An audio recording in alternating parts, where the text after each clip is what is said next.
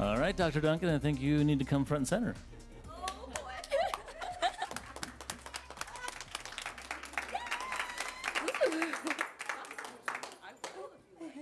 That was yes? All right. Oh, whoa, we have that speech. I know, first time I've That's not a font that I can read. All right, Madam President, members of the board, so excited. We only have one recognition. We could only handle one recognition tonight because of just the sheer awesomeness here. So we have Dr. Duncan, so excited. She has been officially awarded for the entire country Distinguished Administrator of the Year from the California Association of School Counselors, CASC. She is the coolest principal in the entire state of California.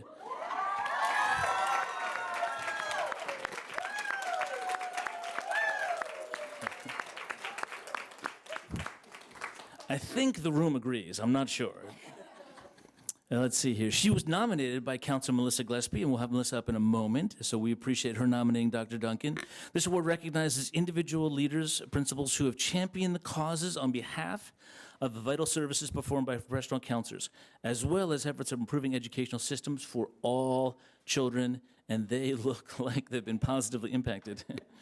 The honor recognizes strong leadership, which Dr. Duncan has, and the recognition that by leadership, we work with school counselors making positive changes in student achievement, college, career, mental health, and so much more. CASC, the California Association of School Counselors, has 11,000 counselors across the state, so we are super excited to celebrate you on this prestigious award. There are over 1,000 school districts in the state of California. I can't even guess how many elementary schools there might be. Probably thousands and thousands and thousands. And she's the coolest. Madam President. Dr. Duncan, we are so excited for you. This is such a well-deserved honor, and you can tell by the outpouring of love from your faculty and your students that it is well-deserved. You have done an excellent job at Bay Laurel, but you also do excellent work for the district that Bay Laurel may know nothing about, but we know that you're a go-to person that we can always count on, and we are so proud of you.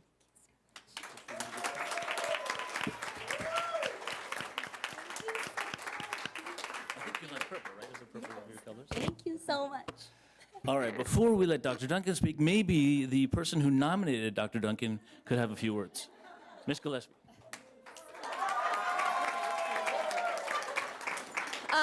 Madam President, board, cabinet, hello. I'm so excited to be back here in this room and to be the official president of the official Dr. Duncan fan club, in case anybody needed to see it.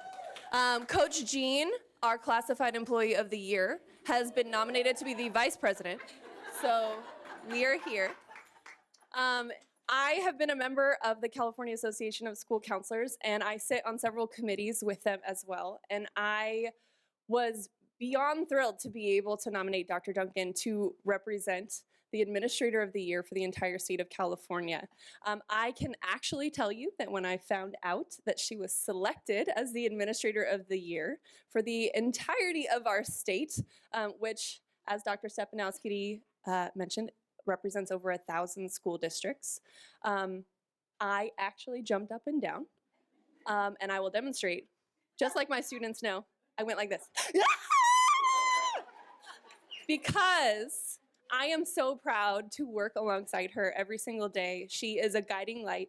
She is a radiance of joy.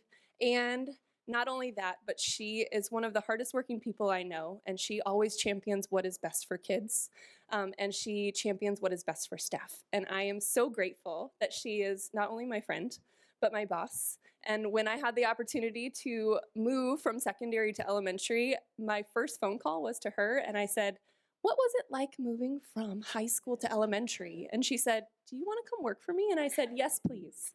And so these last few years at Bay Laurel have been the most amazing of my career, and I am so grateful every day that I get to be a Dolphin alongside Dr. Jackie Duncan, the Administrator of the Year.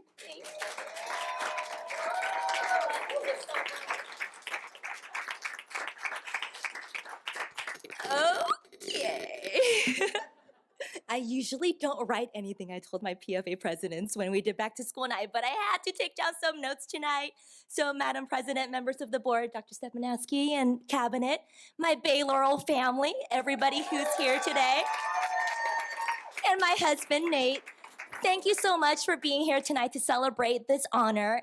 If you know me, I'm usually not tongue-tied. I have a lot of things to say, but this is very nerve-wracking even for me. I'm really working on, figuring out how to humbly accept acknowledgement, and this is such a great honor that I found myself speechless. First and foremost, I want to thank our amazing school counselor, Melissa Gillespie, for nominating me for this award. We met 5 years ago at Calabasas High School, and you have been my sunshine, my fellow tutu-wearing, cheerleading, best cookie-making, joy-spreading counselor that we are so extremely fortunate to have. Thank you for all the love and joy that you bring to our campus. And thank you to the board and cabinet for providing every elementary school with a full-time counselor. Please don't ever take that away from us, because I cannot do what I do without Melissa, and I know that other schools cannot do what they do without a full-time counselor on board. So please and thank you.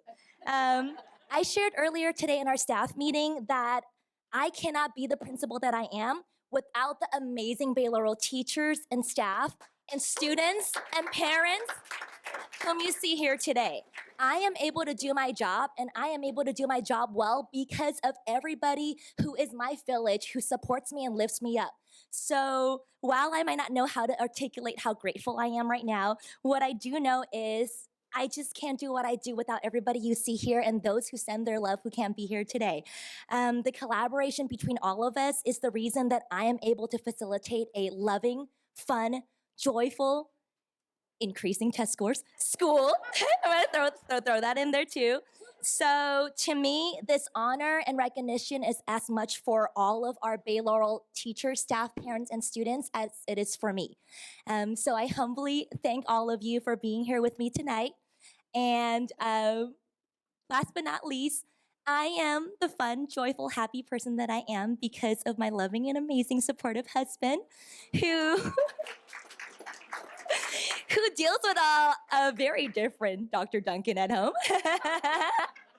And he takes away all of the not so fun sides of me so that I'm ready to be fun and happy when I come to work. So with that said, thank you all so much. I'm sincerely, truly, so deeply grateful for all of you. And we are off to an amazing school year, and I know that we're going to have so much fun learning and growing together. Thank you, everybody.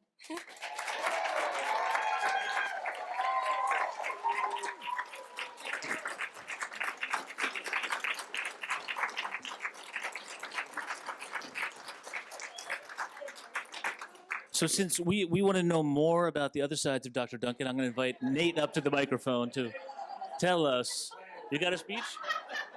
Speech.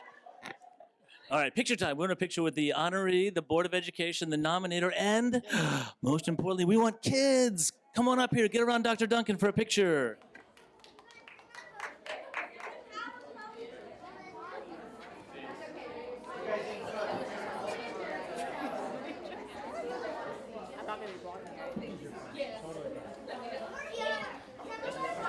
Parents, come on down. Don't be shy. You're welcome to come on down and take pictures.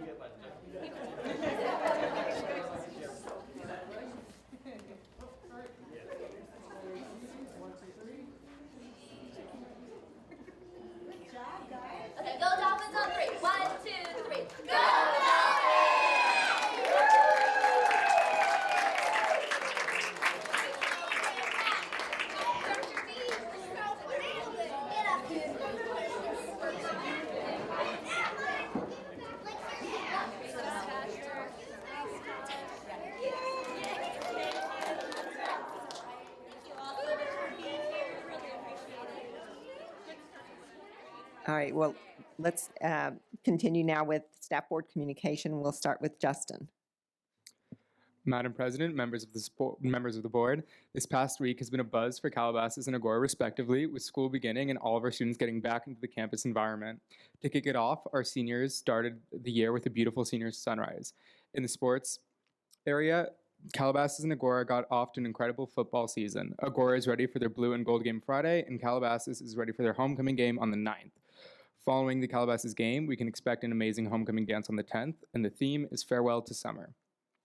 Our ASB classes have been hard to work with activities as well, as currently Agora is hosting a Spirit Week and Calabasas is soon to follow next week, both culminating in the first pep rally of the year. Addition, in honor of National Friendship Day, the Calabasas Wellness Commissioners and our wellness counselors have been working on a little celebration with activities such as friendship bracelet stations, and that will be tomorrow. That's all I have for this meeting, and I'm looking forward to updating the board on what's coming next. Thank you very much. Mr. Lawrence? I just want to thank all of our teachers and staff for a great reopening the school. I know as well as my board colleagues, we've been out at back to school nights, and it's great to see everyone seems excited to be back at school. It seems like we're almost normal after 3 years, and people are ecstatic beyond belief to be there. But it's just a blessing to see, to have my own kids say, "I can't wait for summer to end and go back to school," which were words that never came out of my mouth as a child. And they were both eagerly waiting. The little ones were eagerly waiting. So was our middle schooler to go back. This is a sign of how great our teachers and staff make everything. So really, really pleased and just grateful for all the work they've done to make the school opening so smooth. Thank you very much. Ms. Stein? Thank you very much. I also want to welcome everyone back to school and hope it's a smooth year. It's been fun to get out to back to school nights and welcome new parent nights and to see everyone. Everyone looks happy and thrilled to be back. I know the students are as well. I want to welcome Justin Pistotnik. I got it? Okay. Who is our board rep, our student board rep from Calabasas High School. So officially welcome to you. And to Jana Davenport, our new director of elementary. So welcome to your first board meeting. Thank you, thank you, thank you. So I want to thank A.E. Wright for decorating the boardroom for us, and also want to, I don't have a slide for this, but I do want to mention that this coming weekend, starting at 6 o'clock on Friday, is the foundation is putting on the carnival at the Virgenes Center, and you can go online and you can buy wristbands for the rides beforehand, and it goes all the way till Monday at 9 p.m.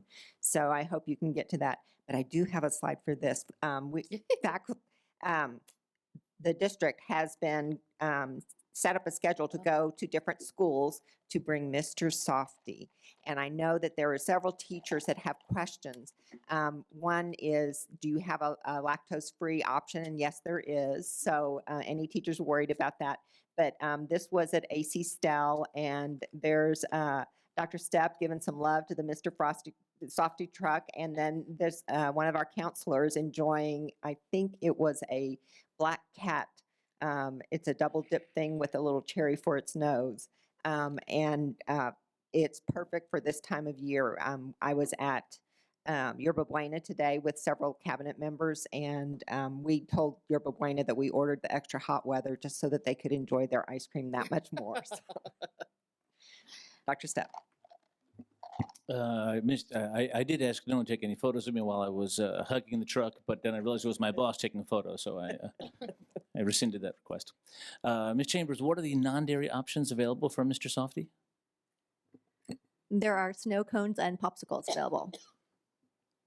All super nutritious. Great start to the school year, having so much fun. This is a photo of our new risk manager on the right-hand side there, holding a massive water balloon slingshot, enjoying some time welcoming back A.E. Wright students, and also part of our extreme heat mitigation program. We'll be rolling this out across the district. And I think that is Miss Carrie Troop on the other side. This was the famous Friday barbecue at A.E. Wright. Spartan Spirit was on display. So much fun to be with staff and students. Next up. Also, White Oak, so much fun to visit all the campuses the last couple of days. Really great energy. I mean, it seems like people had a good summer. They got to relax. They got to travel. They got to be with family. And coming back just felt the most normal, certainly I felt in two and a half years, and I think that's reflected in the smiles of staff and students. Next up, this weekend, of course, we have the wonderful carnival at the Wisden Center, and so excited to have it on Labor Day weekend, Friday, Saturday, Sunday, Monday. There also will be a beer and wine garden for adults, which will be fantastic. So you can go to their website and get your carnival tickets. It's free to go to the carnival, free to walk around the carnival. It costs to get on the rides, and this, of course, supports the foundation, which supports all 16 of our schools. So go have fun. It will be hot, so be careful. I think that's it, Mr. Klein. Anything else? That's it for you. Enjoy the beer garden. For the adults out there, enjoy the beer and wine. Mr. Klein, you're up. Madam President, members of the board, we had a relatively smooth start for technology, probably one of our smoothest ever this year. Not a lot of issues with our software applications, getting our teachers going, so we've been pretty happy with that, and we'll share more of that in today's presentation. But what I did want to share with you is something going forward that we're working on. Last year, toward the end of the year in Pathways Committee, we did discuss talking about making or setting up themes for the school year for every single month going forward. I'm pleased to report that we are raring to go on that, and we have all of the materials put together for it. You can see a little bit of our calendar here. It's a little bit tiny here, but you can see every month we have something planned. It is Hispanic Heritage Month coming up in September, and we have flyers put together, which are fantastic. These are actually going to go out to teachers in the coming week here to let them know what resources we have available. It has lessons on it. We also have coordinated this all with the Media Center, so we have a guest author coming that you see on the left, who's a famous Hispanic author, who's going to do a big webinar across the district on one of these days. So we have an excellent plan put together. Definitely credit to Christina Johnson, Courtney Peoples, and Maureen McDonald for all the hard work that they did on this. It's going to be an amazing plan going forward. Ms. Falk. Madam President, members of the board, Special Ed had a great start to this school year. Certificated and classified staff welcomed over 1,100 special education students back on our campuses. And tonight I'm just sharing a few pictures of the excited students and staff from the first day of school.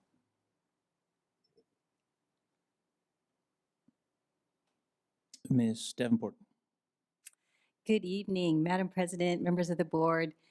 As this is my very first board meeting, I would like to take the opportunity to express my gratitude for being part of the good work that's going on in Las Virgenes Unified. It's truly my pleasure and honor. I did my best to hit the ground running during my first full week by going out the first 2 days and meeting each of the elementary principals and visiting their sites, and also being there on the first day of school. Like you, I was so pleased to see the warm welcome that the principals provided with their teams for our students and their families, especially happy to see parents being able to walk their kids on campus and escort them to the classrooms, smile at their teachers. It was truly heartwarming. The other highlight that I wanted to share from this week is that I was able to attend a meeting with the elementary intervention specialists. They are absolutely energized for a great year ahead. Working to fine-tune the schedules of the bilingual instructional assistants so that they're maximizing their time working directly with students this year. So much going on, looking forward to all of it, especially the great growth in our students this year. Thank you. Ms. Patterson. Madam President, members of the board, for me it's been so exciting to see the energy and commitment of all of the secondary administrators and teachers. And I want to commend you and everyone on cabinet, that whatever seat they were in last year, for everything that was put in place to support our students socially and emotionally. I'm excited about the high school bell schedule and the support periods, and you'll be so happy, I believe, to see the planning that's gone into implementing those support periods, and I'll talk more about that later, but also for the investment in the restorative TOSAs at the middle and high schools. And I think I am seeing our students return in the way we'd like to see them be. They look vibrant, happy, and healthy this year. And I hope that our data, I believe that our data will show that this investment is going to take them through and out of everything we've been through. So just thank you for putting that in place. Ms. Chambers. Madam President, members of the board, I just wanted to share a deep appreciation for our classified employees and all their hard work in getting, not only this summer, but getting back on campus with our students in the preparation and doing site visits over the last couple of weeks. It's very evident, all that they've put in heart and soul into their positions. So great appreciation to them, and wanted to highlight a couple of pictures as well. Dr. Gleason. Madam President, members of the board, excited this just in as of this morning, we received a $2 million grant that we applied for through a competitive process for early childhood education teacher development. As you might remember, for the last 6 months, we've been authoring that and putting that and building our Center edX program that has 15 districts involved. So this $2 million will just help reinforce our efforts to be a leader in the state for early childhood teacher development. And I just want to give a special shout out to Mrs. Valerie Louthian, whose idea for the ECE program it was. And then, of course, Dr. Stepp's relationships helped us build the coalition of districts that made us a strong grant applicant. So very exciting and some really good news to start the year.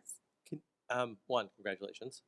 Can you, in a Friday letter, do me a favor and add up how much we've received in grants over the last 5 years? Because I remember a time when we had a conversation, and I think it was right around when you started, and I'm like, why aren't we, well, what do we, it wasn't a critique, it was, what do we need to do to start getting grants? Yeah. We're not getting any grants. We don't get any grants. We don't have anybody dedicate this. Do we hire somebody? And we said, no, we can add it to Ryan's to-do list.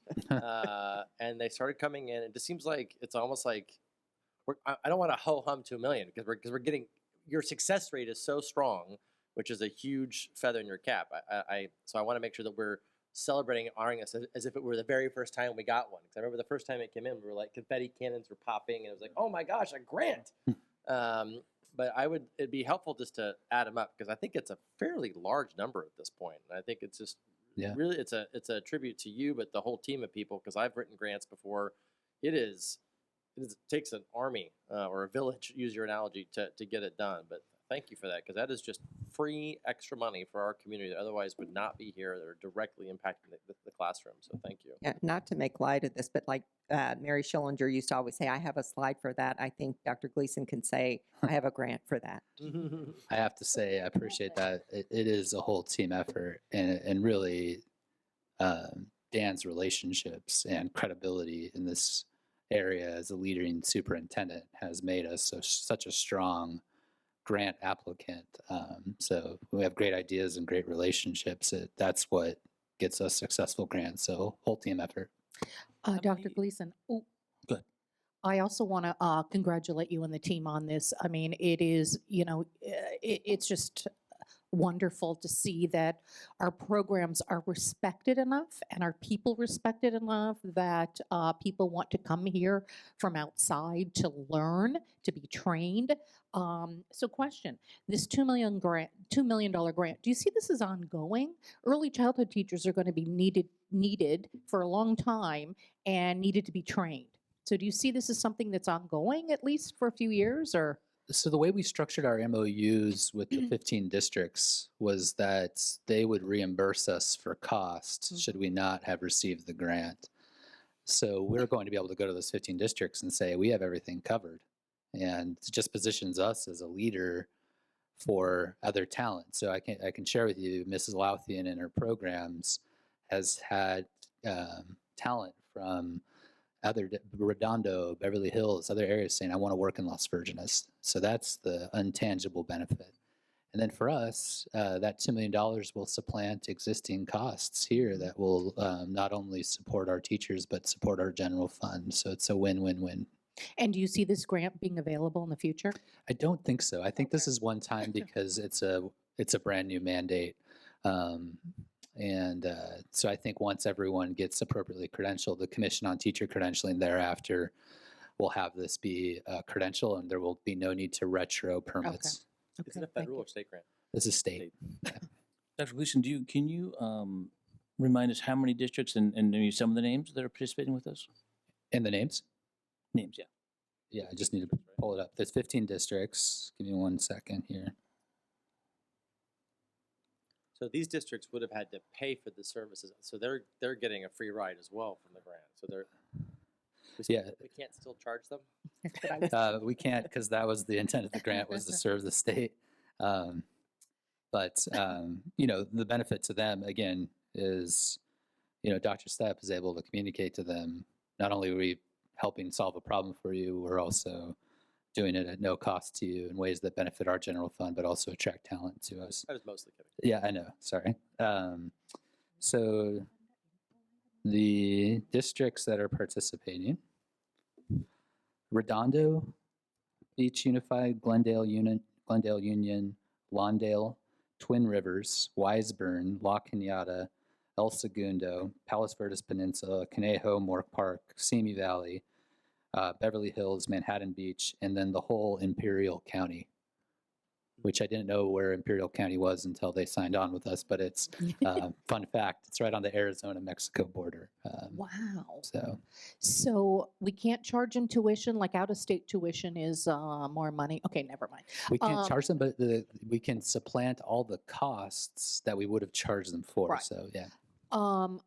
I just mentioned to Ms. Bengus that this is like such an amazing leadership role that you and this district has taken on in a very new law. I mean, the new law just came out and we're figuring it out, and we're usually up front and ahead of other districts in this, which again, in this area, this might be worthy of something to do an agenda item on, to go a little deeper and to really showcase.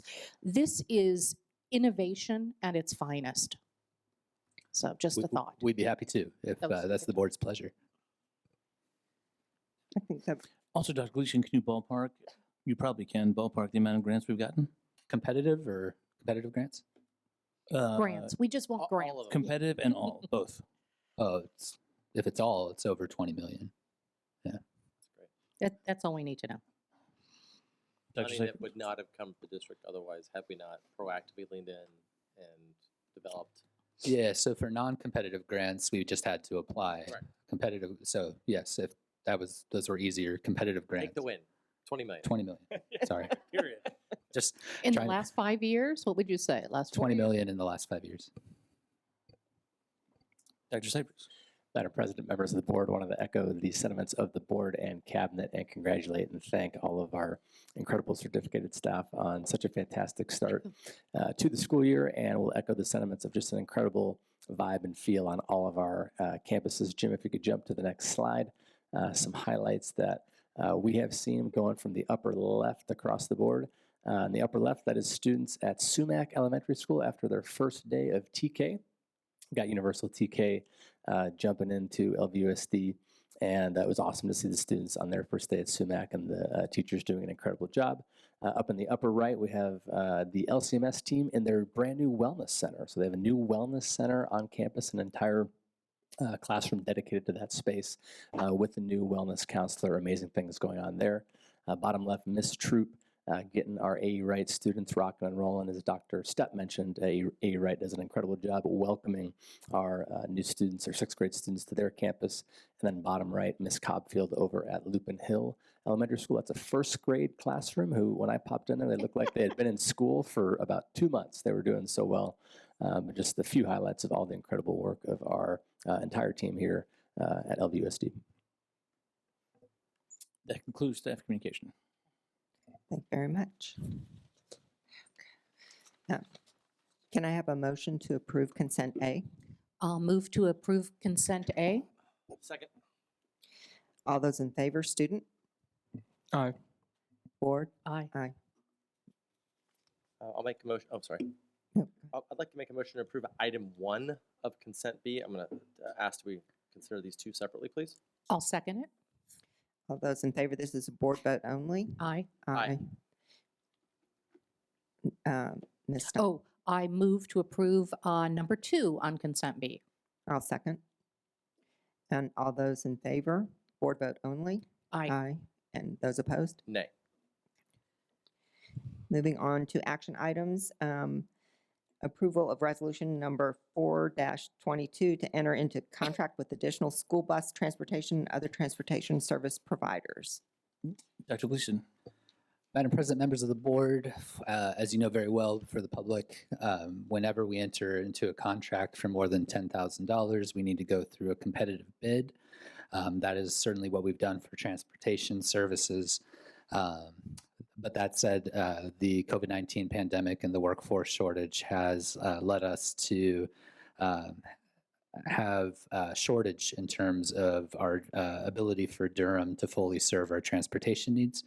Therefore, we're asking the board, as we have done in a prior year, to authorize us to contract with other transportation providers to make sure we can meet the needs of our students. This resolution covers the scope of that, so we can have a lot of tools in our tool belt to make sure kids get to school. I have a question. So a year ago when this came up, I think it's the second time in a row Yes. we've done this. I asked if we had investigated into the Uber-like services like Hop, Skip, and Jump and Kerr, and there's a couple different ones that have set up that are, they background checked, verified. School districts are using those services for the one-off child who maybe has a disability and lives off a bus route rather than reinvigorating the bus. They set up a service for that.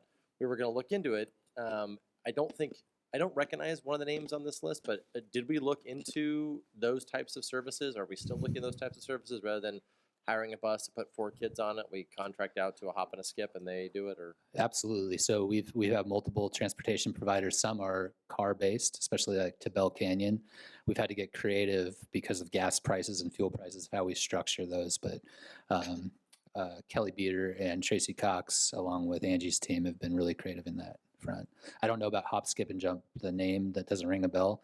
But most of our providers for our distance transports are not buses, they're vehicles. But I guess what I thought was interesting about some of these is they're individual vehicles, and you don't need private personal vehicle. It's that service, and it's not every day because sometimes the parent wants to take the kid to school. It's when they need it. They have like a voucher or something, and at least the research I did made it seem like it was. And this is obviously before gas prices skyrocketed, which changes a lot of things. It seemed like it was more economical if you have a rural school district where you've got multiple different points and people aren't close to each other. But being new in this position, I'm not familiar with us looking into that specifically, but I could look in. I'll talk to Ms. Beater and then put in the Friday letter. Okay. Would you like a motion? Yes, please. Okay, I move to approve Resolution 4-22 to enter into a contract with additional school bus transportation and other transportation service providers. Second. All those in favor, student? Aye. Board? Aye. Item number 2, approval of provisional internship permit credential for mild moderate support needs. Dr. Cyphers has the next 2. Madam President, members of the board, staff is seeking approval of a provisional internship permit to fill a mild moderate support needs position. Candidate has a bachelor's degree from Chico State in the Cal State system and is currently working toward the requirements toward a special education credential. This is pretty straightforward. We do this all the time when we need it. Not all the time, but when it comes up. So Often. I'll make a motion to approve. A second. And is this board vote only? It says it on here, but I don't think so. Is this supposed to Because be? the next one isn't. And we can have the student Let's vote. So, student board member? Aye. Board? Aye. Aye. And now approval of variable term waiver permit. Madam President, members of the board, the variable term waiver permit can be granted when a candidate has the appropriate degree in a specific subject area. In this instance, our new music teacher at Chaparral, Ms. Hirschfield, holds a bachelor's degree in musical theater from the Boston Conservatory at Berkeley. She also runs her own performing arts program outside of the awesome work she's doing for us at Chaparral. Staff is seeking approval of the waiver permit for the 2022-23 school year. I feel embarrassed that we have to even vote for this, given this person's credentials. But I move to approve the variable term waiver permit. second. And all those in favor, student? Aye. Board? Aye. Motion passes. Moving on to information item, opening up school update for 22-23 school year. Madam President, members of the board, as Jim fires it up, as we've shared lots of smiles from staff, students, and parents. So we've got by department a couple updates for the board. Next slide, Jim. Slides on the left of Principal Nikki Goldstein at Chaparral, and on the right, AC Stell, Principal Susanna Baird, and Assistant Principal Stephanie Mancata. I got Principal Foley on the right-hand side with Lupin, and looks like Waiver Elementary on the left-hand side. Smiles everywhere. Mr. Foley looking ready to go. Some Ed Services updates. I think we're starting with Ms. Patterson.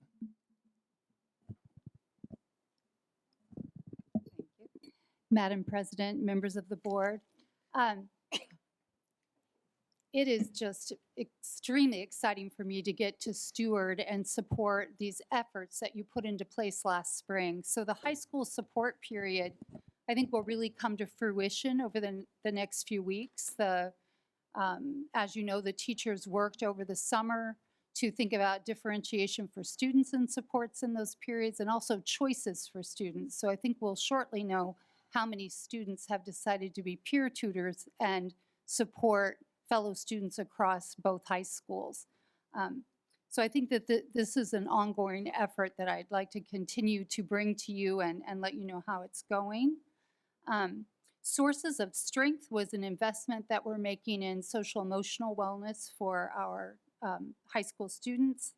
It's part of our multifaceted mental health efforts that you worked towards in committees. Sources of Strength will provide professional development for teachers from both high school campuses for 6 hours in October, on October 22nd. And we know that this training of the teachers and this model of teachers then rolling it out with students should really get us towards this goal of our students feeling well and being successful in high school and beyond. The board adoption of the State Seal of Civic Engagement has moved forward into implementation with 2 different models. The support period also provides us with an avenue to talk to students about efforts like this.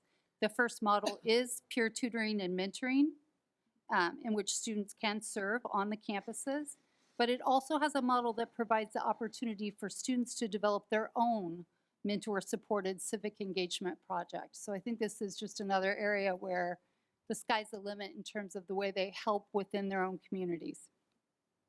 And then the fourth programming effort that I'm really excited about, as the board is aware of through your committee work, is the increased access for LVUSD students to the PACs. And this ability to provide students with this desirable project-based learning in the field of broadcast engineering. So we hope to share more with you throughout the year, but we're just very excited about these new efforts. Thank you, Ms. Patterson. When the support period really is rolling, it would be great if board members could be invited to see it. One of our favorite things to do is to visit campuses and see, and now we have a lot of new things you've listed for the elementary school. We have TK rolling out, Ruler, so it's fun for us to actually see these in action, so that would be great if you could put that on your radar. Thank you. Great. And I think Ms. Davenport's got the second part of the slide. Yes, in alignment with the board's priorities, I want to share a little bit about some of these existing efforts as they impact the elementary schools and students. So I am pleased to share that we continue to proactively address the social emotional needs of our elementary students. You know, you could see someone like Melissa earlier today, the joy that she brings when joy is needed, the calm that she brings when calm is needed. She and other counselors were at each site busy providing that guidance to parents and that support to students, which really resulted in a very smooth opening to the school year. Excited to share that our work in providing students with tools to grow their emotional intelligence continues to move forward with Ruler this year. I personally am just getting introduced to Ruler as a resource, and I can immediately see how this is going to benefit our students. So I'm really excited about that. It is a great complement to all the other efforts the district has in place to support mental health. Successful Ruler training of both classified and certificated employees occurred over the summer, and Joy Jeremiason and Stephanie Skidmore are both providing coursework for a micro-credential in this area. We're looking forward to ways to have Mrs. Jorns and Principal Logan provide additional professional development to teachers and to administration. As far as UTK, as the board's aware, the effort to roll out universal transitional kindergarten is well underway.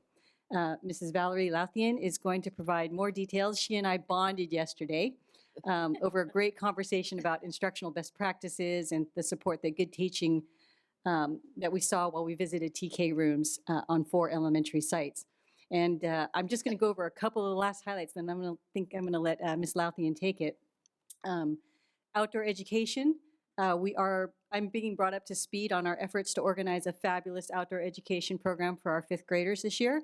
We're looking to bring back that 4-night, 5-day experience that our students look forward to so much, focusing on science and nature and the history of the local indigenous land. And finally, the adoption of new curriculum. Wanted to bring to the board's attention that world language, English language development, and transitional kindergarten will all be going through a process, and Ms. Lathian will talk more about that, to adopt curriculum this year. And we'll certainly keep you posted on the work going on in these committees doing this important work. I think Ms. Patterson has one more thing to share about PD. Just out of curiosity on the 5th grade, I just blanked on what it's called. Outdoor ed.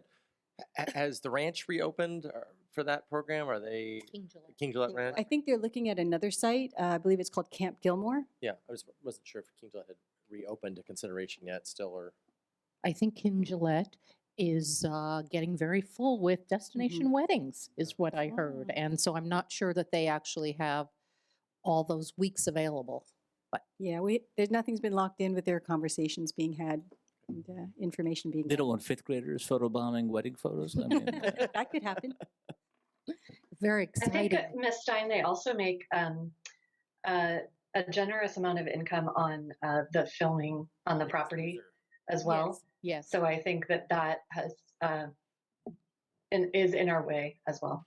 Yeah, they're very busy. I talked to them at the groundbreaking for the Wildlife Bridge, and I said, Las Virgenes is going to contact you, and they were like, it's going to be hard to find weeks, but I'm glad that there's another place that you're looking at, because I personally think this is just so great that we offer this to our students. And I know, my kids, everybody's kids here have had an opportunity to enjoy it. And Mr. Lawrence, when your kids get a little older, they can be counselors, and it's just wonderful experience. That's right. So lastly, I would add that Mrs. Davenport and I are collaborating with the principals and some of the amazing teacher leaders here in Las Virgenes to provide robust professional development offerings to support all of these efforts, site-specific, grade-specific, as well as goals identified by the committees. Thank you. No, Ms. Lathian. Madam President, members of the board, excited to be here today to share with you our TK efforts.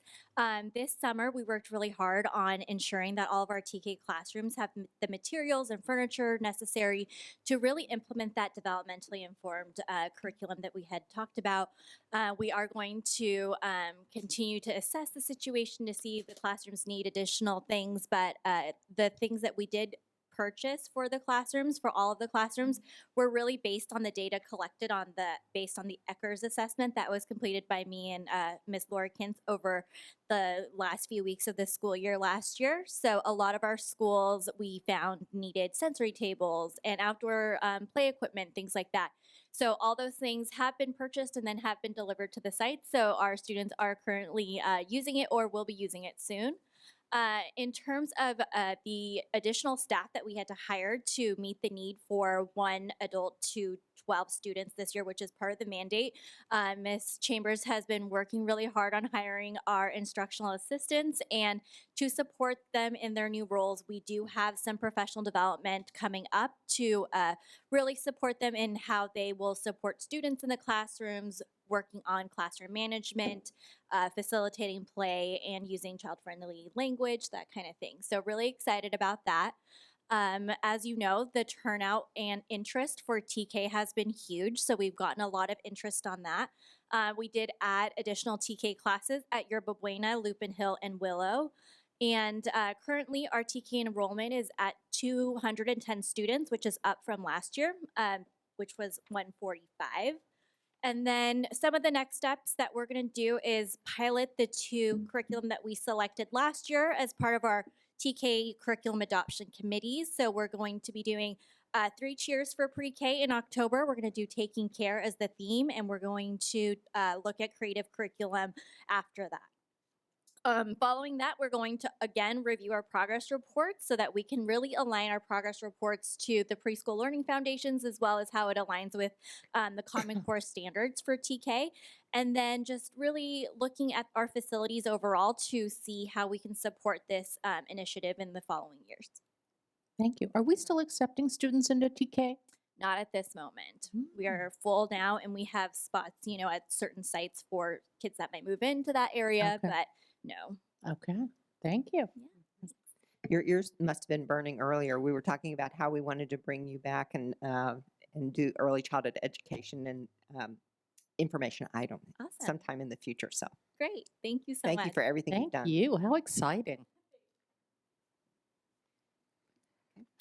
More photos. Obviously, on the left-hand side, it looks at the library at Agora with Counselor Mona White from the Counseling Center and Assistant Principal Kirby Brock. On the right-hand side, the brand new team at Calabasas that is doing a phenomenal job. And each day they wore the different colors for the different classes as they registered. Next slide. This is Principal Reynolds at Willow and her classified team talking safety and security before the start of the school year. A principal and superintendent on the left-hand side celebrating with the seniors as they did the senior walk, or what I affectionately call the running of the bulls. Wasn't too much running. But yeah, that'll be my last time. So it's fun to see my senior out there in his class colors, yellow. The seniors weren't crazy about the color, but they embraced the spirit of the moment and had a lot of fun entering campus. It was awesome because Principal Aviv got on the PA system and invited staff out, and a whole bunch of underclassmen came early. I was the biggest crowd I've seen for the running of the bulls in years. Certainly the energy and enthusiasm was back. Last year was fun to do it again since we had canceled it, but there was still a lot of, tentativeness out there. But this year was packed full of students, having a blast, lots of music playing. Right-hand side, I think it was Principal Nicole Smith at White Oak reading to students. Okay, we've got Measure Us. We have a letter. So we have bond coming up on August 9th. As this board knows, they approved with a 5-0 vote to place a bond before the voters of Las Virgenes on November 8th. Tax rates will not be increased. That's in bold, so I'll say that as often as possible. Measure R from 1997 falls off the books. We're continuing the tax rate from Measure R. And you can see on the right-hand side one of our favorite pictures. That is, that piece of equipment is from the 1820s, and it is struggling. What is it? It's an air conditioning unit. Oh.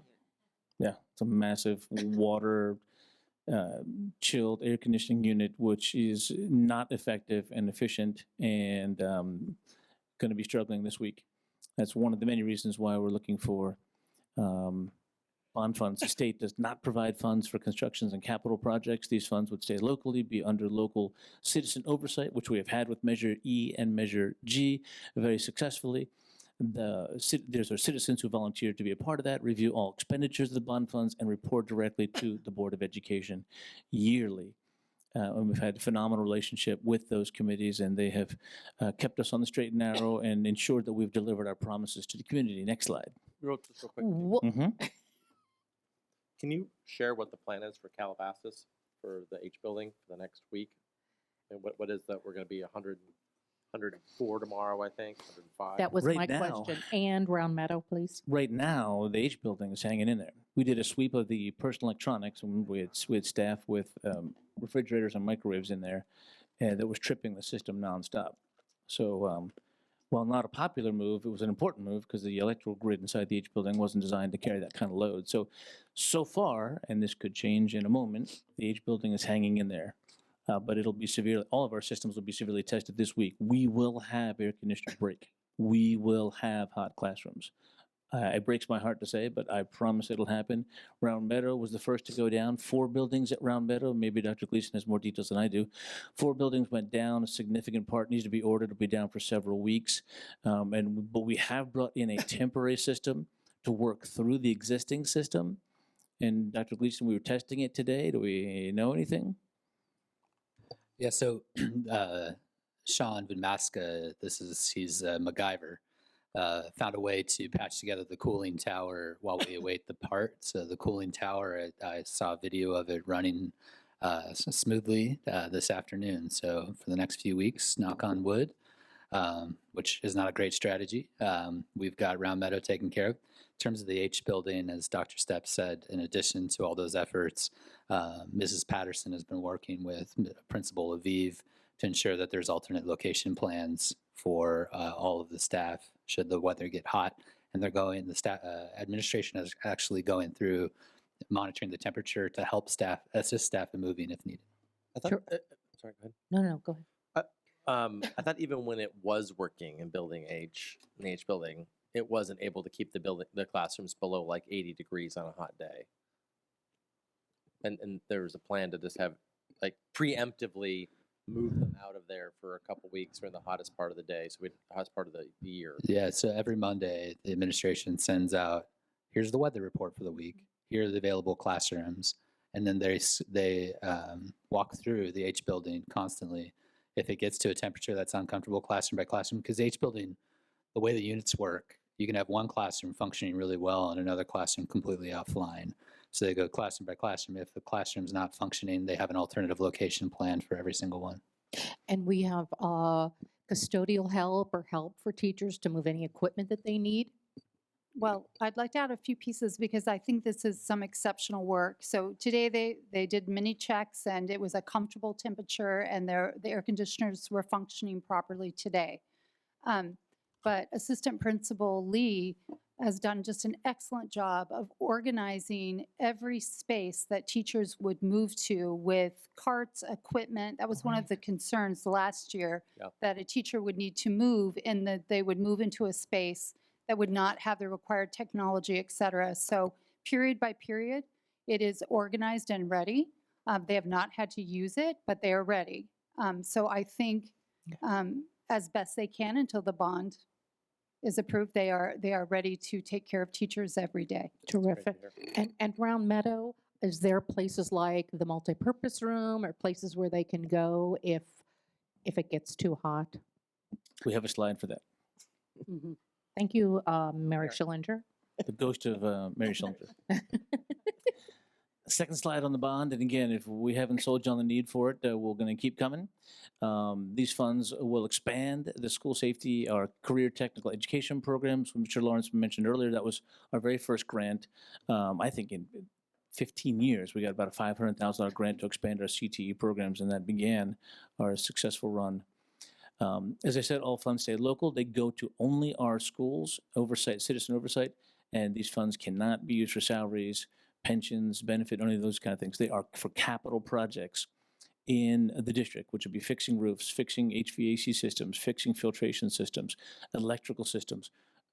Agora High School, while not having the challenges with HVAC that Calabasas does, has significant challenges with water. We've had to bring in portable water stations and restrooms. We've had water mains that are broken on school property. When they're on the property, they're our problem. When they're in the street, they're the water district's problem. And the electrical transformer is not acceptable. Agora was built in '64 in 1 year. As a requirement of us unifying, we had to build a high school and had to build within 1 year. So it's old and it was built quickly and needs, like all of our campuses, a lot of love and care so that those classrooms can take good care of our students and staff. Anything I miss on the bond?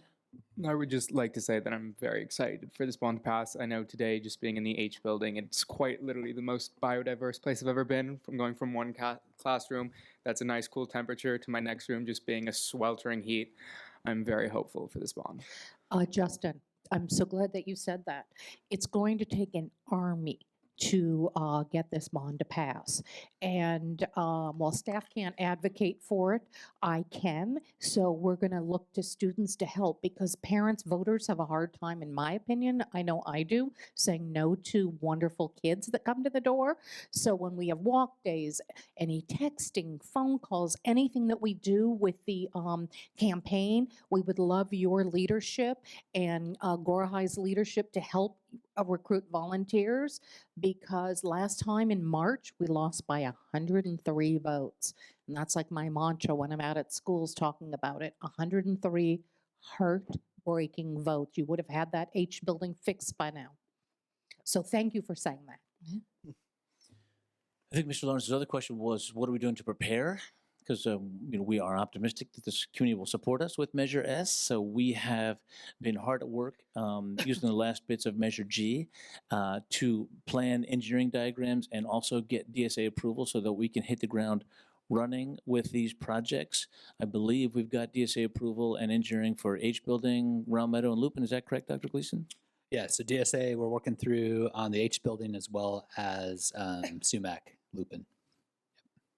So in talking with our financial consultant, if and when the bond passes, we still will not, the earliest we would access funds would be August.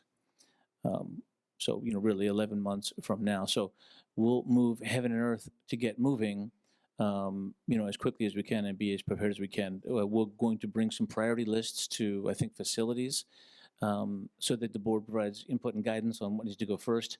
Obviously, HVAC systems, impacting the environment in classrooms are going to be our priority. And we'll have that list to the board, and we'll also be working to develop structures because this is a massive bond impacting all the campuses, which is terrific.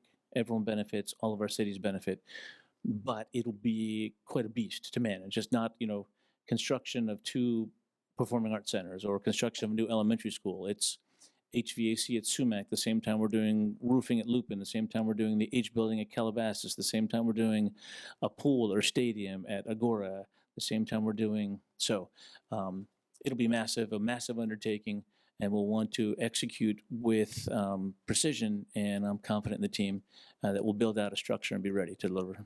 Are we also, I'm assuming the answer is yes, but we're also looking for how to double the money up, right? By looking for particular state matching grants that let us, are there any grants that could be used for facilities that the states offer that are matching? Yeah, so the state has facility matching grants.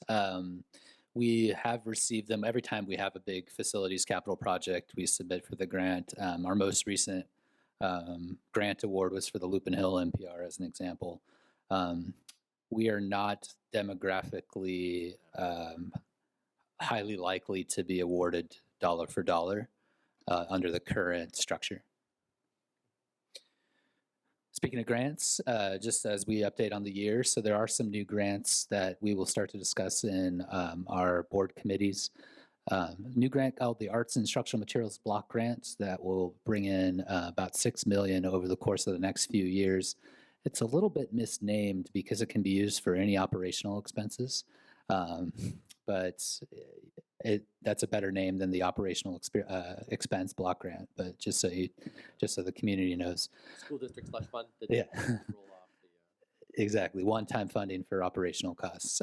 So is this a one-time grant of $6 million? Right. So with the extraordinary revenues of this last fiscal year, the governor and the legislature had to determine how much they put in ongoing versus one time.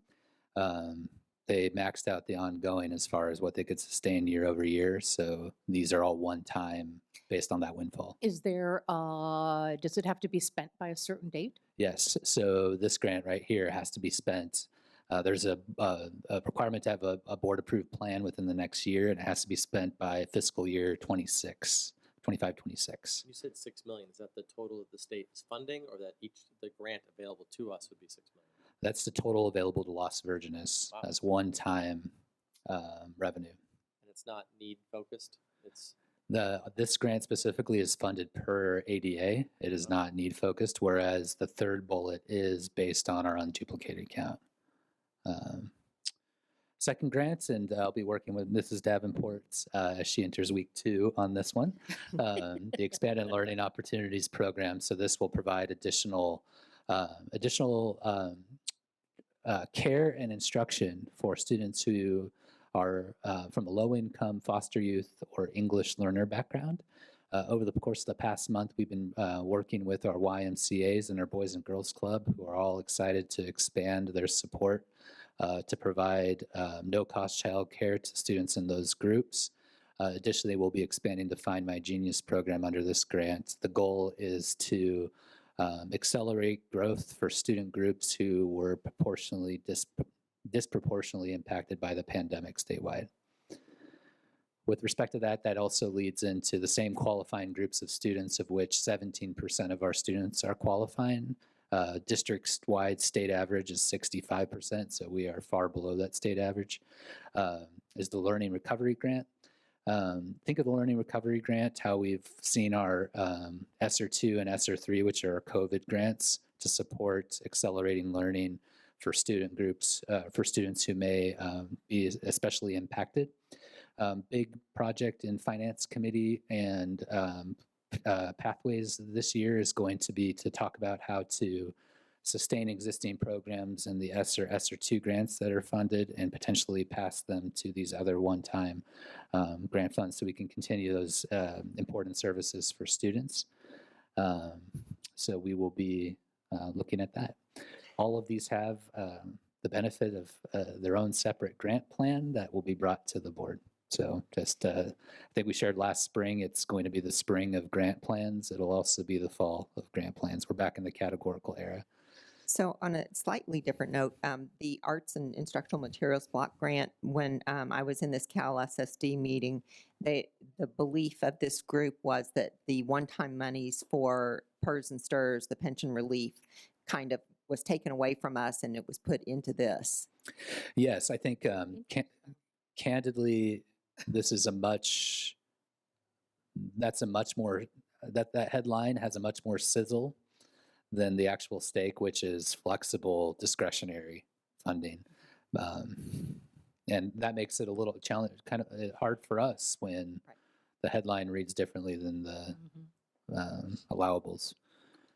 UTK block grants, so we have been receiving additional funding, a small amount to support the universal transitional kindergarten rollout.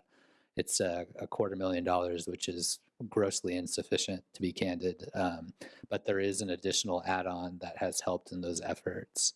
And then just announced, but just to highlight for next slide, Ms. Valerie Louthian and the board, we just were rewarded, this slide was added today, $2 million for UTK Teacher Development.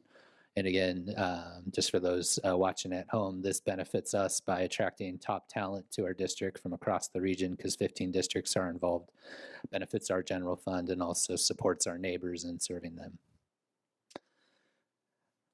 On that last slide, again, leading from the front, which is what we come to expect from this amazing team. But I think, you know, in 10 to 12 months, you're going to hear a shortage of the UTK teachers. Not happening year one because it's a 20% rollout, and some districts haven't even started on year one. But year two is going to hit 40. We're going to go to 100% year two, again, leading. But I think, you know, 10 and 12 months from now, you know, the story of the next opening of school year will be, you know, a scramble, a mad dash for, you know, qualified UTK teachers to be in the classroom. So we're excited to be supporting, obviously, not only our students and community, but those 14, 15 other school districts. I think we're handing this off to Ms. Davenport. Take it away. Well, we're just going to circle back to this topic very, very quickly to properly address, you know, the board's rightfully placed concern about excessive heat. And Dr. Stepanowski mentioned we have a slide for that. So here it is. Yeah, principals, especially at the elementary level, are being very proactive in addressing the excessive heat, whether or not their AC units have been previously identified as less than effective or not. They are certainly taking steps from the beginning of the day in making playground aides, campus supervisors, and teachers aware that the heat is coming during the day and making sure that they are guiding and monitoring students outside. Obviously, keeping kids cool from the get-go is one of the best ways to deal with classrooms that may have higher temperatures than are comfortable. And then the principals, of course, are making good use of their NPRs, which are cool, to provide indoor lunch and recess spaces. And of course, guiding our students to the shade structures that are existing, providing other play equipment that can be used in the shade. And then lastly, there are portable swamp coolers that are being tested right now to see what they're like in their effectiveness is in the classroom, as well as, you know, the noise levels and things that may affect instruction. So more to come on that. This is wonderful information, very proactive. Are our principals emailing this information out to their parents?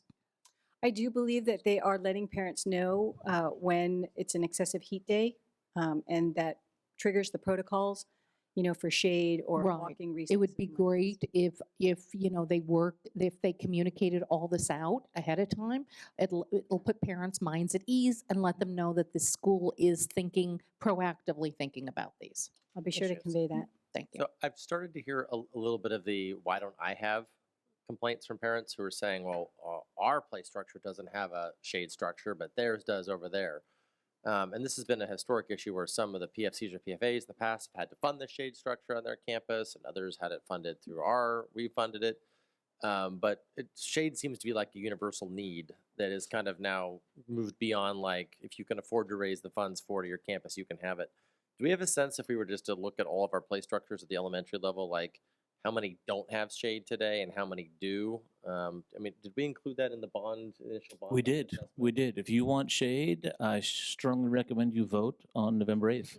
Well, but I appreciate that. But I mean, we have just recently installed shade structures on at least 1 or 2 campuses. So again, some parents are saying, I'm hearing it's going, I think it's White Oak that just got it. Maybe that's wrong. One of the campuses just got White Oak shade did. structure. Mhm. They're like, well, they have it and I don't have it. I'm just trying to get a better, that's the default answer, vote for the bond. But they are seeing us put these up on some campuses versus some others. So is there let's set aside the bond. Let's assume the bond doesn't pass. If it doesn't, is there a plan to eventually get shaded all of our structures? Are we seeing that as a universal need now, or is it still, I mean, it's,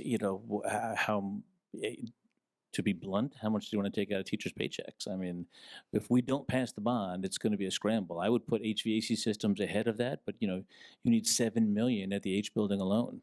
So I would prioritize HVAC systems over shade. We need shade. We need way more shade. But if we don't pass Measure S, we'll go back to the drawing board and come to facilities, and it won't be pretty. So my question on what Mr. Lawrence is talking about, what is the process to determine who's getting the priority for shade structures? That's really, to me, the threshold question. Is it whoever is the loudest, whoever emails first? There's got to be a process in place. So shade, one of the things we want to do is sustain the existing shade. So we had at one of our sites weather damage to a shade structure. So immediately we put in some temporary umbrellas. The tricky thing about shade is it requires DSA because you're putting a post in the ground, and becomes costly because of that, as well as the contract. We have a limitation of contractors right now. But it all comes down to, I hate to default to this, our project list is very, very large, hence the need for the bond. So we can give a report to Facilities Committee on our current shade status. Well, and my question more is process. So how are some getting it and some aren't? Some sites have had, what Mr. Lawrence said, have had PFAs who have wanted it in different places and have funded it.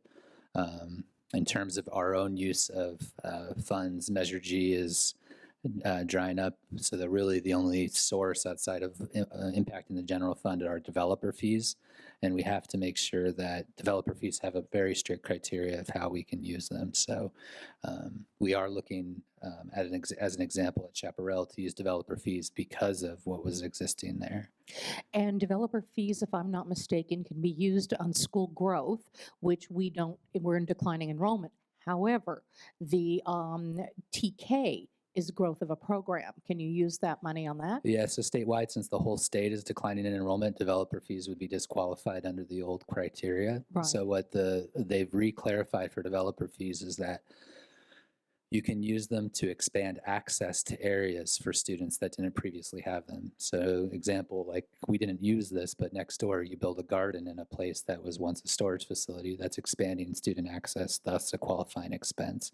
So if we can find a way to have shade expand access to parts of campus for kids that serves them in new ways, like shade over an outdoor classroom, then you can potentially use developer fees. And is this something we're looking into? Because do we have $8 million in developer fees? We have $8 million in developer fees that we currently use to help pay down some COPs that the district has. But yes, we have, I've been on 3 calls with consultants and attorneys to clarify the use and the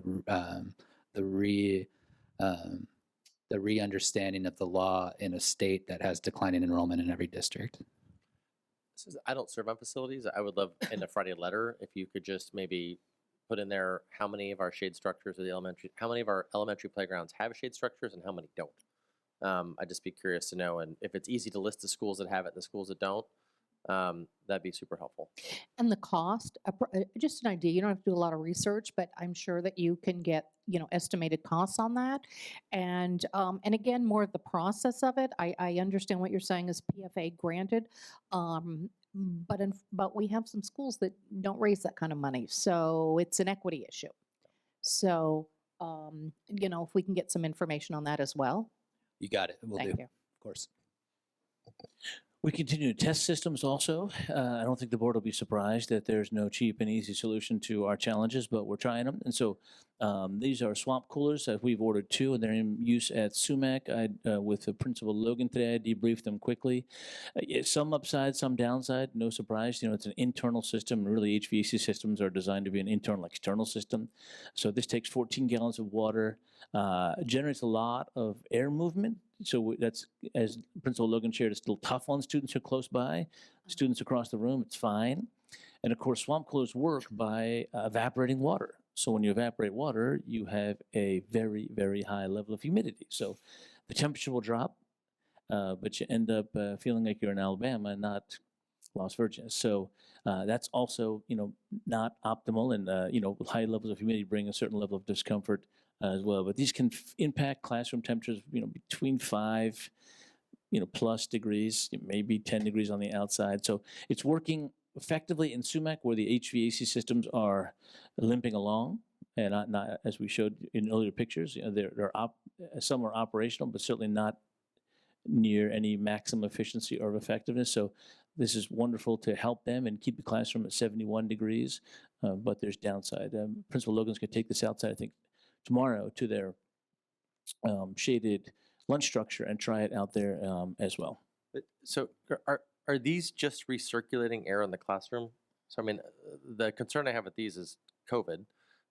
We funded all this money to put the new EV systems, indoor HVAC systems, so the air being pumped into the classroom was radiated or whatever it is to be COVID free. Now we're circulating air in a classroom and blowing it around in classrooms where, I have one kid who's already been notified she's in a class that's had COVID. It's just going to become a way of life. We know that now. Is there a thought on whether or not the cure here is worse than the cold that we might be introducing to the classroom if we're just blowing the air in a classroom full of snivelly elementary kids around that's not being addressed? I missed part of the question. Is there a concern about? Is there, as someone, I appreciate getting, Sumac classrooms are hot, and they're very hot, but I'm concerned about if the solution is, let's put something in there that is recirculating already potentially COVID impacted air and blowing it around the whole classroom and making infection more likely. Is this particular cure perhaps worse than the thing we're trying to cure? That's what we're trying to evaluate, yeah. There's pluses and minuses on these, yeah. There's no silver bullet. No perfect solution. Wow.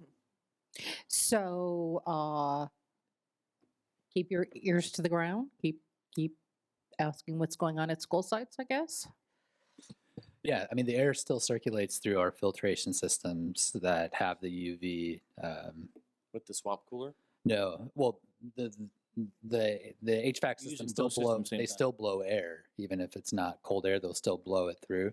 But in terms of the air is still going to be pushing through. So it's one health challenge versus another. You have hot classrooms versus COVID. Yeah. Secondary schools, take it away, Ms. Patterson. Of course, the secondary schools bring us additional challenges, which is, of course, PE and all of the, the breadth of sports programming that we have. So there's been early communication to coaches and PE teachers. They've been reminded about frequent breaks, practicing in the shade, inside gyms, weight rooms, moving practices, canceling when the heat is above 105. And, that varies based on where you are on a field. Making classrooms available to staff similar to the H building. And I really appreciate having a student board member from Calabasas here this year to talk about the age building, because even that when you said the biodiversity, that really resonated with me when I went over there, even though it may technically be, not such extreme heat that we would have to move a class. It doesn't mean it's comfortable. I mean, there is no solution except a bond to completely replace it. So that was just a really, good reminder that all of these measures don't make it great, don't make it perfect.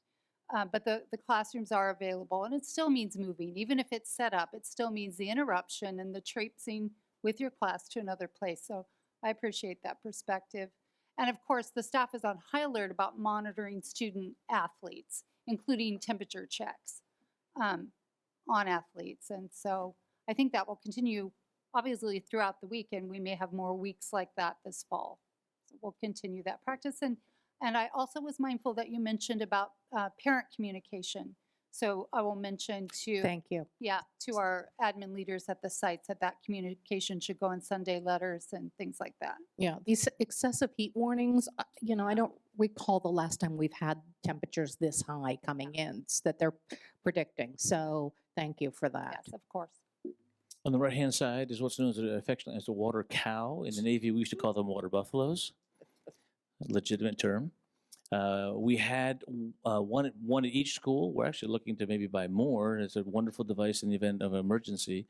It's pressurized water, and no one touches them. They just squirt it right in the mouth, and you can obviously, do 10 or so students at the same time. The one at Agora, we were informed, was broken. Bad time to not have it. Fortunately, the team was on it, and 2 new ones arrived today. Oh, good. Next slide. As has been shared previously, our security investments over the course of the summer with our remaining Measure G funds, we spent approximately $1 million of the remaining funding in Measure G on fencing enhancements. Also have expanded with Mr. Klein's support the camera, our cameras and access there. We have new digital entry enhancements going in at Lupin and Sumac. For the front of campus, and Mrs. Chambers and Dr. Cypress have worked to add substantial campus security, especially to areas where we don't have the fencing and the cameras. So that's been very strategic. So we go to to go back real quick. Yeah, we added $1 million in fencing this summer. Correct. Yeah, I thought it was $1 million total we've added, but I didn't realize it was $1 million. No, just this summer. And this is just, the cost of materials right now, along with the installation, is And that's only for like 4 campuses. Right? exactly. And it's not, we're not talking full perimeter. We're talking patching together. What is I was on a campus. I was trying to figure out what is the height of the fencing that we're installing when we put in new fencing. Is it 8 feet or is it 6 feet? I believe it's 8. Okay. Yeah. We have some pictures of this. I'm going to go so you can see some of the fencing going in. Part of the reason for the expense is not only the cost of the iron, but also every gate has to be, once you have the posts in, the gates have to be custom made. We've also increased, campus supervisors mentioned that. Ms. Falk's team has used grant funding for early behavioral intervention. Mrs. Patterson's team is working on expanding behavior support at our secondary schools. These all contribute to our mental health efforts. We have 2 new wellness counselors at our middle schools funded out of Title I, new diversion program funded out of COVID funding, and we've, with Ms. Falk's grant support, we have behaviorists. So I say all this to say this is a mosaic of grant funding used to meet the need of the time to support children, not only with their academic, but their social emotional needs. And then last safety update, we're installing Knox boxes on on the front and back of our campuses. So we currently have Knox boxes available for first responders to get onto our campuses. So any ambulance or firefighter right now, they all have a Knox box key that they can access our campuses should they need to get on after hours. We're adding 2 so that law enforcement can also have this access should they need it at 2 entry points on campus. This is just one of the many updates that have come through our close partnership with Lost Hills. Can those be broken into? These are impenetrable. They're used industry-wide, and the only folks that have keys, the only way would be to get a key. The only folks that have keys are law enforcement. Thank you. Yeah. And then we've been working with Facilities Committee, Pathways, as well to expand the staffing of our PACs. Why that's exciting, and the way we're doing that is through a strategic use of career technical education funding. So basically, our visual and performing arts teachers, as well as the production engineering academy that we're launching, are all going to have access to the PACs in addition to our elementary teams with the new VAPA specialists, without needing to charge, as we had done in the past, for the technical staff that go into the PACs. So this will essentially, we're very, very excited to make sure that hundreds, if not thousands, more students have access to these learning spaces in ways that also help them benefit from the technical staff, the lighting, the sound, and the stage. So I'm about to hit send actually on a memo out to our programs tonight, and they are going to be undoubtedly over the moon about this shift. All right, so just a quick update on technology. Obviously, during the summer, we have a pretty busy time with all the technology upgrades that we like to do. We have doing a lot of prep for our upgrade infrastructure.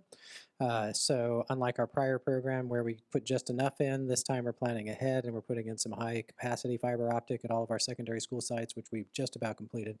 Our fiber optic, instead of maxing out at 1 gig, it's going to be running at 10 gig and it's going to max out at 100 gigs. So we'll be able to scale up even more down the road as our switches come in and we need to do upgrades. So we're planning ahead for a lot of that, as well as doing some wireless upgrades and some other changes to make the network faster for folks. We did also boost up our backup internet link speed because of continued outages with LA County. We did have some trouble with that right before school started. So you may have heard from a few teachers, their first day back, we lost the internet for about a half a day.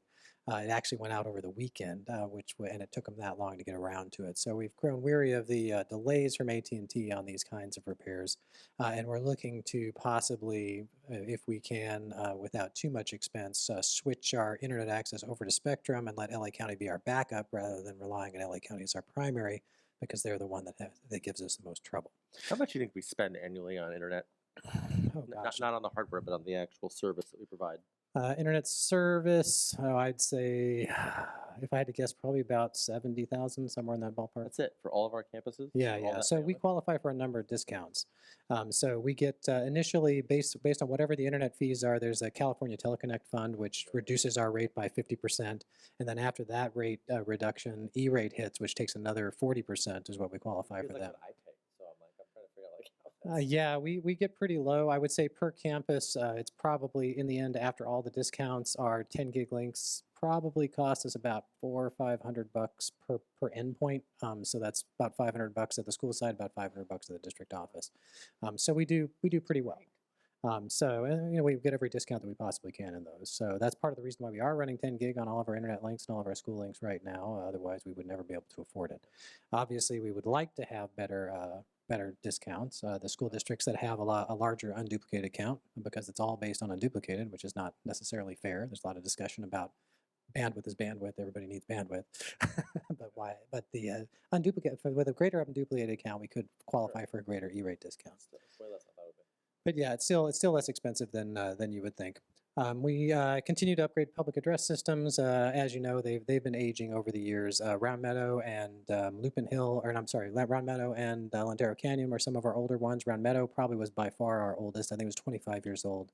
And as a added safety measure, we actually replaced that one because that was the only PA system in the district where you couldn't pick up any phone and call out on the PA system and broadcast over the entire campus. So we made sure we got that one taken care of right away. And Lindero Canyon was the next up because they were struggling with quality issues. So we took care of both of those, and we continue to look toward moving those forward as well. Obviously, a lot of student and teacher laptops taken care of. We did finally receive, our vendor finally received 1,100 of the 2,000 student laptops that we ordered, and they're working very hard to get those together for us. I know some of our elementary schools are waiting for those to come in before they distribute to third graders, but most of them are using the laptops that they have. And they'll plan to have a swap out when the kids start to take them home at those levels. A lot of software and systems. We did maintain all the software, the learning software that we put in during the COVID break, as well as everything that was prior. All of our teachers have come to rely on those for education and learning. So we wanted to make sure we made those and continue to make those available to them. As mentioned by Dr. Gleason, we were working on security systems as well with the camera systems. We actually upgraded from roughly I think we had about 325 cameras or so before. We're well over 400 cameras now, and we continue to expand that. We also, at the request of the principals, altered the viewing mechanism on the cameras because many of them, as you know, have TVs in their offices. Initially, we put little 24-inch screens in the offices, and gradually those screens have gotten bigger and bigger and bigger because people want to see more and more and more. So we've made adjustments so that they can have more cameras on the screen, upgraded equipment, et cetera, so that they can get up to 24 cameras on a single screen. We're working with the high schools to build perimeter groups of cameras. So their new security booth people will have access to perimeter cameras only, and they'll be able to see what's going on at the perimeters of the campus in case someone comes or goes through some of those new gates that we have put up. We did a good bit of work on classroom technology, particularly the audio systems in the classroom, and the elementary classrooms. We're still working through those. It's been difficult to get workers for that because workers have been reallocated to other things, but we're looking forward to getting hopefully most of those done by the end of the calendar year. And as we've mentioned in some prior Friday letters, we've done some significant work on business processes, from digitizing our leave request system, starting to track comp time now, and we're looking toward a leave confirmation form for teachers as well, so they'll be able to verify the time off that's being charged to their accounts on a monthly basis so that they know exactly what's happening in the payroll system. So lots of fun stuff going on from technology, and we've got a busy year ahead as well.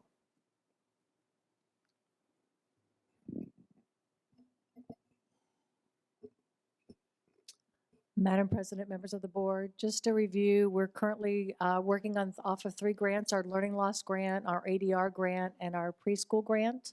And those will continue, the first 2 will continue through the end of this year, and the preschool grant is a couple of more years.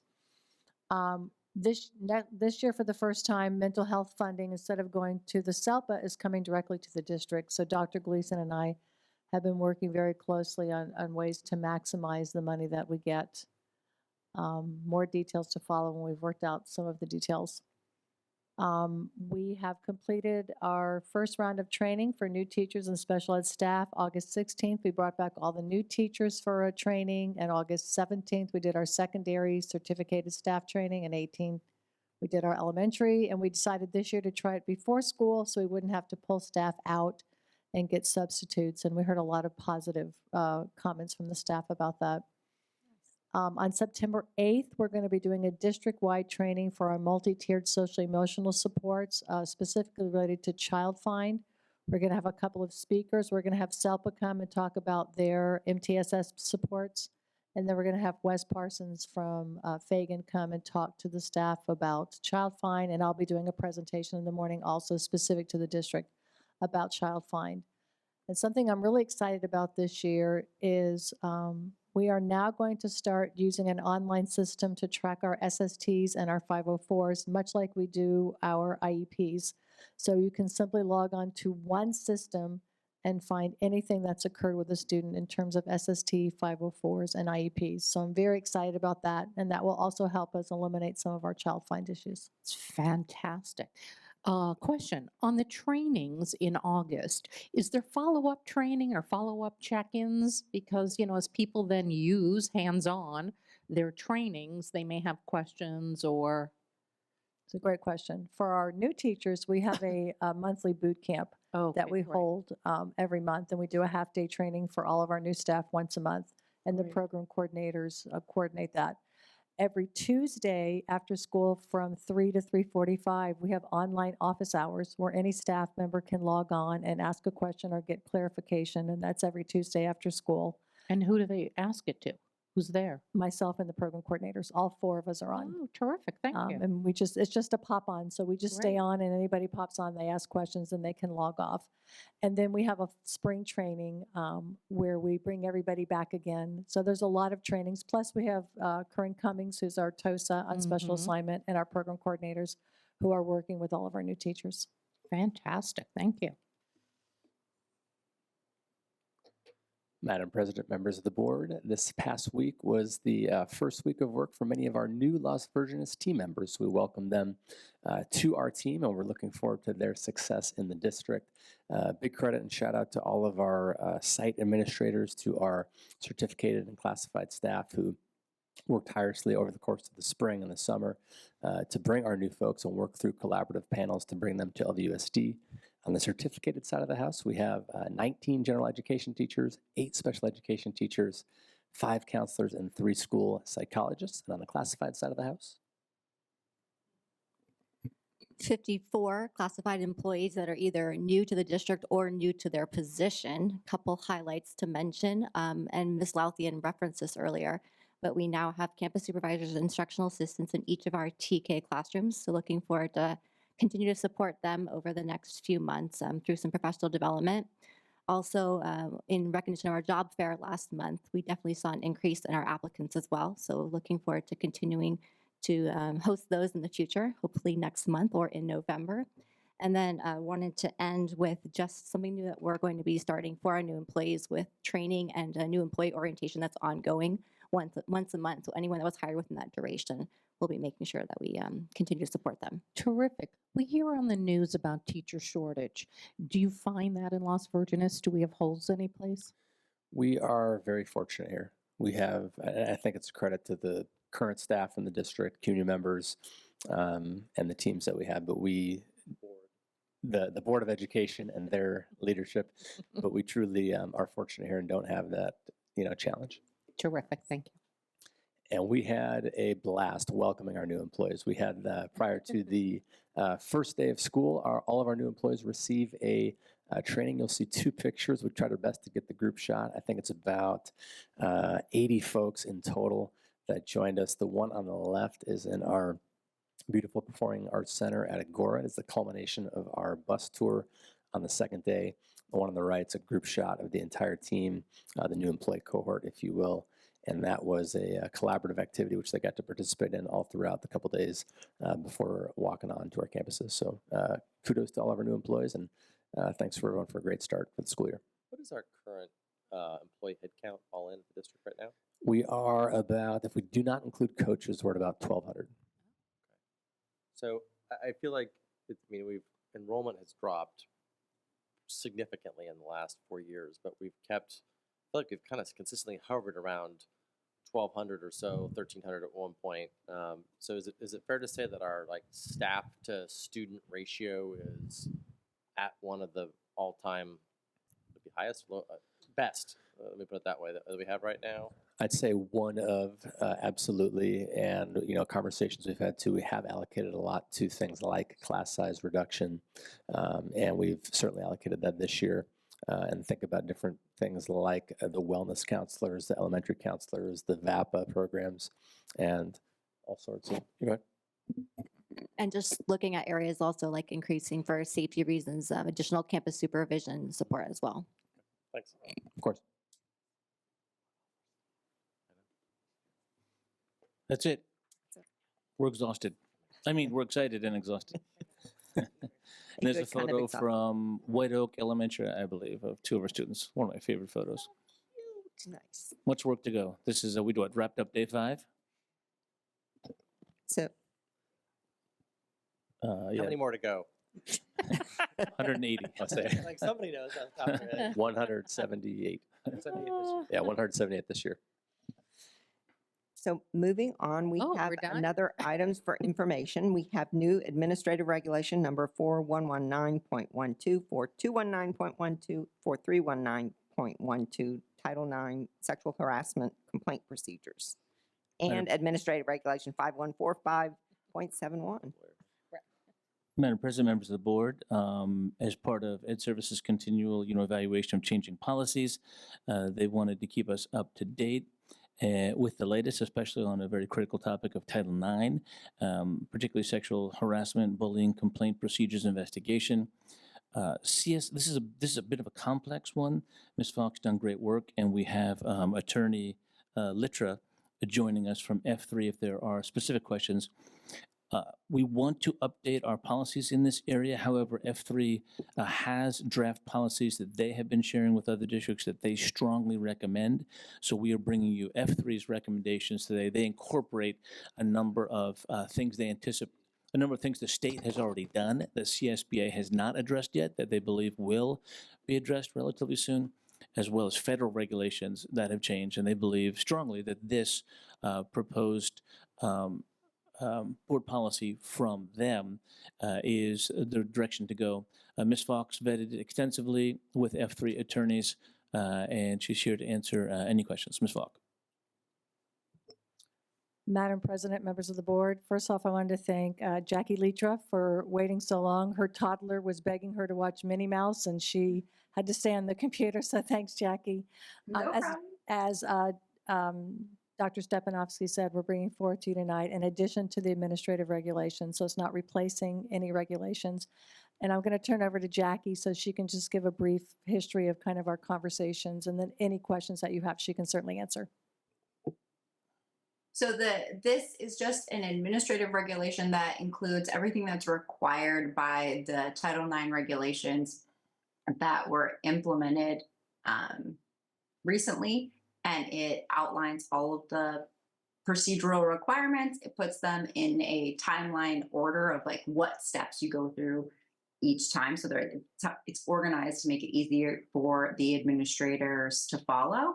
So for your Title IX coordinator to be able to follow, knowing exact what steps come next. And then it also includes additional like timelines to set out the procedure to make sure that we're consistent anytime we have a Title IX complaint regarding sexual harassment, that we're following a consistent procedure with days and those kinds of things set out for the parties to follow.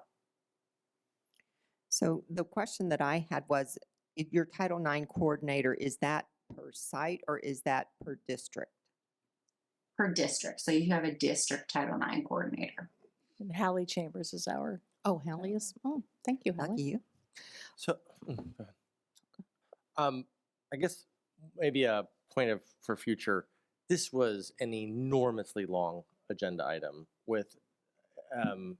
I could have benefited from a deeper executive summary that helped me understand what is substantively changing. My takeaway is the biggest change is we're now treating students and employees the same from the process, and that's really that they're both going to fall into the same process. But not being a lawyer, as I read through, I really can't tell what we're doing differently here that we weren't doing before, or why we're getting ahead of CSBA and doing it before CSBA is coming to us. So, is there other than the call out that we have two separate? I think I have this right. We currently have two separate procedures for how we deal with sexual harassment for students and staff, and now we're putting them into the same process. Am I getting that right, or do I have that backwards? No, because we currently don't have Title IX, and Jackie, you may want to cover that a little bit. Yeah, we don't. So this is CSBA does have a policy on this. They have one that I think they issued and was last updated in December of 2020. So they have one. It's just that ours uses theirs and then adds things that theirs doesn't include. Like one of the things that's required is a definition of consent. So theirs doesn't include a definition of consent, yours does. This policy also includes a provision that provides that once the Title IX regulations that are currently in effect are no longer in effect and they're replaced, then you don't have to follow this procedure anymore. This procedure is drastically different than any procedure any school district in the country has ever followed for Title IX sexual harassment. So it is a very complex and detailed procedure that involves, it almost creates like an adversarial process back and forth for the parties to participate in when we have a sexual harassment allegation. And so it's very different than any procedure we've had in the past, but it is what is required by the Title IX regulations that were implemented in 2020. Well, and Las Virgenes didn't have prior administrative regulations on this. So there's 3 of these. Is this something that, two questions. One, is there a board policy that goes with any of this that needs to be No. updated? No, there's no board policy. It's just going off of your sexual harassment because Okay. let me explain it this way. All sexual harassment is sexual harassment under California law, but only certain types of sexual harassment are also Title IX sexual harassment. Is this something that would go in the handbook? Dr. Yeah. Finneran, what was that handbook called? Like compliance handbook? What is that? Would this go in there? Our annual legal notification Yeah, handbook. yeah. Yes. Would this go in that? Yes. Okay. When that is updated, can you send that to the board, Dr. Finneran, please? Absolutely. Thank you. Okay, and the board doesn't vote on any of this. This is not brought back to the board for a vote. So thank you very much. Thank you for bringing in legal and for being proactive to make sure that everything is done correctly. What, out of curiosity, because I just did a search for the word consent and I couldn't find it. What is the definition of consent that we are adopting as a district here? That word doesn't appear anywhere in this document, so I'm curious as to what it is. It is in the document. Oh, I It's just did a document search for consent and it didn't come up. The one that we submitted for the proposed AR, there is a definition of consent that F3 provided to us. They gave us a couple of options and we selected the one that worked best for our district.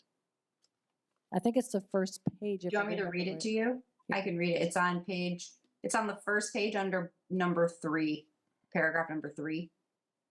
Maybe I'm looking at the wrong, I'm looking at the one on the agenda item. Maybe yours is a different one. Go ahead and read it, Jackie. It's for the purposes of this AR, the district defines consent as a voluntary expression of willingness, permission, or agreement to engage in sexual activity throughout a sexual encounter. Consent cannot be granted by an individual who is less than the statutory age of consent under California law, has a mental or physical condition or incapacity that prevents the giving of consent, or from whom ostensibly consent is extracted through threat, coercion, or forcible compulsion. So my understanding, the definition that you're recommending that we adopt is that consent has to be clearly stated in advance, not assumed. The way the first couple words were stated made it sound like someone has to say in advance of something, I consent to this, versus someone saying they don't consent to an unwanted advance. Is that am I understanding that correctly? So I gave about 6 different definitions, but I do believe they're all require an affirmative consent, like as opposed to there's no obligation to state an objection to conduct. You would have to have consent prior to the conduct. So it is affirmative consent. And so does this change any type of legal liability we're putting on ourselves to state that our own policy says, even if you did not consent or ever say that those advances were unwelcome, the fact that you explicitly did not say they were welcome means it's sexual harassment. Is that a broader definition than we've had in the past? Does that expose us to any additional potential issues we may face? I don't know that you have had a definition in the past of consent. I don't know if anyone can speak to whether how have we adjudicated sexual harassment claims in the past then? So under California law, it even includes sexual coercion. So California law is an even broader definition than affirmative consent. Well, my guess is, to Mr. Lawrence's point, is that the state has a definition of consent regardless of whether we adopt it in our board policy or not. Is that accurate? Is that There's fair a statement? criminal definition of consent for the penal code. But they do not have like a specific definition for sexual assault that in like a civil context for consent. So the question for Mr. Lawrence was, are we, by adopting this definition of consent, are we placing ourselves in a greater legal liability? My guess is we're not, since you're our counsel and your goal is to protect our students and the district, of course. So no, this just is a definition that we use if you have a Title IX complaint to determine whether the conduct alleged violates that, was consensual or not. So it's not creating a greater liability. It's just that we have a responsibility as a district to address the conduct already under Title IX. We're just using we're just having a specific definition of consent that we're applying. Because otherwise, if you don't have a specific definition, then each person who is the decision maker in any case could apply their own definition, and then that doesn't allow us to have consistent enforcement or set a consistent expectation. So this is just establishing a specific definition that would be applied to any sexual assault allegation. I just want to make sure I'm completely on board with how strict we want to be for students versus teacher issues. I put those in a separate bucket. I'm more thinking about employee to employee issues you might have raised in 1,300 employees that we just discussed. It could happen.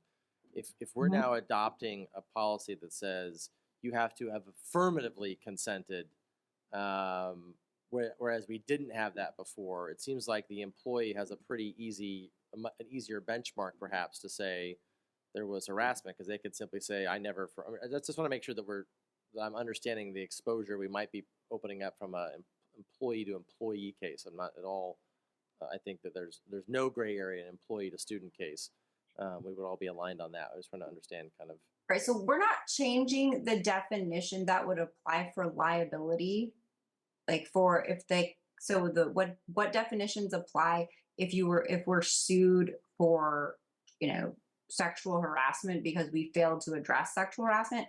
That we're not changing the legal definition or the legal standard that someone has to meet in order to hold the district responsible. So this is just what is the definition that we're applying for our own policy to determine whether you violated the policy or not. Okay. But so it's also like there isn't the consenting to sexual harassment. There's no requirement in the law that someone has to object to sexual harassment in order for it to be considered unwelcome. And nor should they have to. I just want to make sure that we're not putting something in writing that's different from a state guideline that creates confusion if we're trying to adjudicate something at some point. And someone can say, well, I'm looking at this one, well, I'm looking at that one, and it makes it harder for us to maintain the quality and standard that we want. So, okay, that's helpful. Yeah. Thanks. Of course. Any other questions? I think we are good. Thank you so much Thanks, for your Jackie. time. Go back to your toddler. Thank you. Thank you. Thanks for having me. Have a good night, everybody. So to conclude our meeting, unfortunately, our community suffered a great loss last week. Carter Stone, a wonderful young man, passed on Thursday. He was a freshman at Agora High School and had gone to Lindero Canyon Middle School and White Oak. He was a lineman for the Agora JV football team and always led with effort and kindness. His family, friends, and teammates are in our hearts. We'll now have a moment of silence for Carter and his beautiful family.